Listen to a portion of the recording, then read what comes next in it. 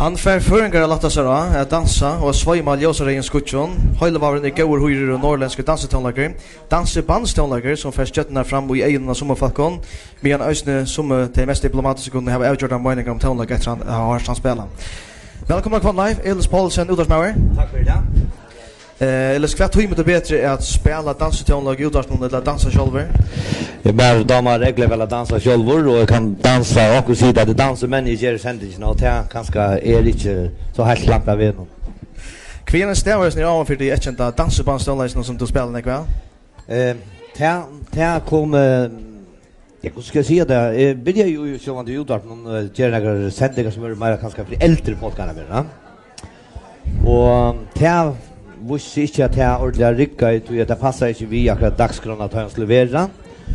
Så jeg har under programmer hver man spalte sånn ja, pop fra halvfjersen, rock fra halvfjersen og forsen av Sindri Neisne.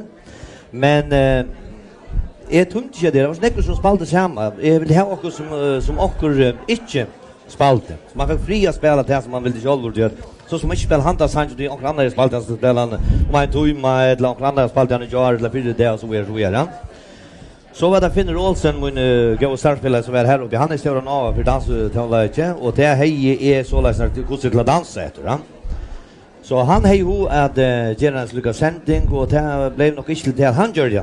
Så at jeg fann på at til videre til tåse om det, at jeg skulle gjøre det, og så, ja, en svidt om det at jeg skulle bare for å holde på å gjøre det, og det er noe som jeg ikke angrer i det.